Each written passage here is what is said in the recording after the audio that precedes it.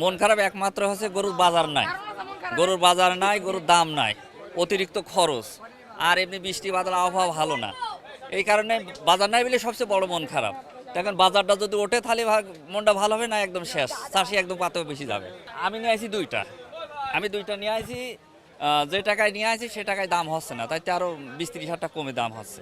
আশায় আছি যদি হইলে হইলো, না হলে আবার দেশে নিয়ে যাবো, তাছাড়া তো উপায় নাই, কারণ লস তো আর কত বেল খায় মানুষ। এখন আল্লাহ পাক কী করবে জানি না, কিন্তু আছে চেষ্টায় বেচার জন্যে, ভালো দাম পর আশায় এখন থেকে শুরু করছে আর কি। রাত পর্যন্ত দেখি কি অবস্থা হয়। বা আজকে সোমবারের দিন, শনিবারে আইছি, আজকে 3 দিন হয়ে গেল।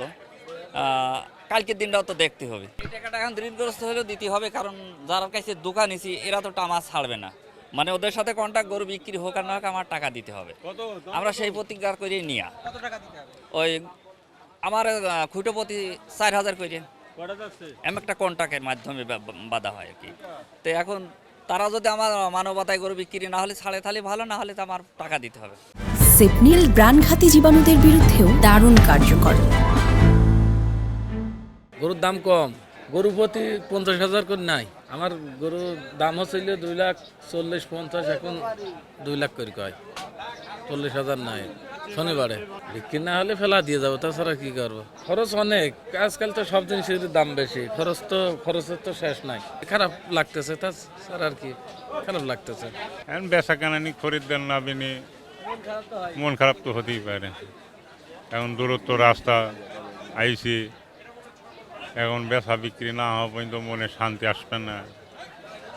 এখন তো অশান্তি থাকতেই পারে মানুষের ভিতরে, স্বাভাবিক।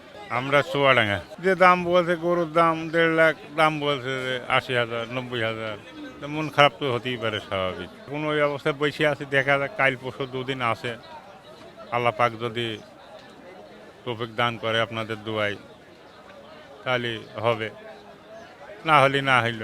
এতে তো আর খরচ আসছে না, যে হারে খরচ সে হারে খরচ অর্ধেকও খরচ আসছে না। একটা গরুর জন্য প্রত্যেক দিন হইলো 400 টাকা খরচ হয়, 2টো গরুর জন্য। আমার ফিড দিয়ে, ভুসি দিয়ে, বিচিলি দিয়ে, গুঁড়ো দিয়ে প্রত্যেক দিন 400 টাকা খরচ আসে। 400 টাকা দেয়নি। এখন তো যে খাটাখাটনি আমরা যে পরিশ্রম করে বাড়ি, তা ধোয়াইনি, পাকলাইনি, তাই ঘাস ধোয়াইনি, খাওয়াইনি, এই গুণই আসছে না। তা কেনার দাম তো সব পড়িয়ে থাকল। মন খারাপ তো হতেই পারে, এই যে আরাম বেচা কিনা বাড়ি থেকে যে দাম বুঝে তার অর্ধেক দাম এখন হচ্ছে না। কম হলে এখন বেচতে হবে, ঘুরি তো আর নিয়ে যাওয়া যাবে না।